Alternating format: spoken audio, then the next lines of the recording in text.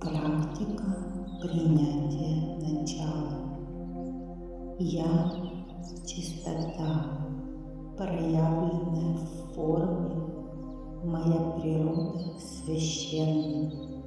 Я принимаю свет и материю как единое дыхание Творца.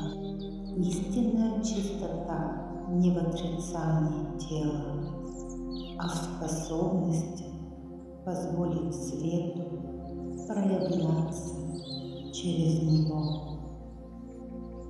Почувствуйте, как внутри становится тихо. Это возвращение к первозданной чистоте, не телесной, а божественной.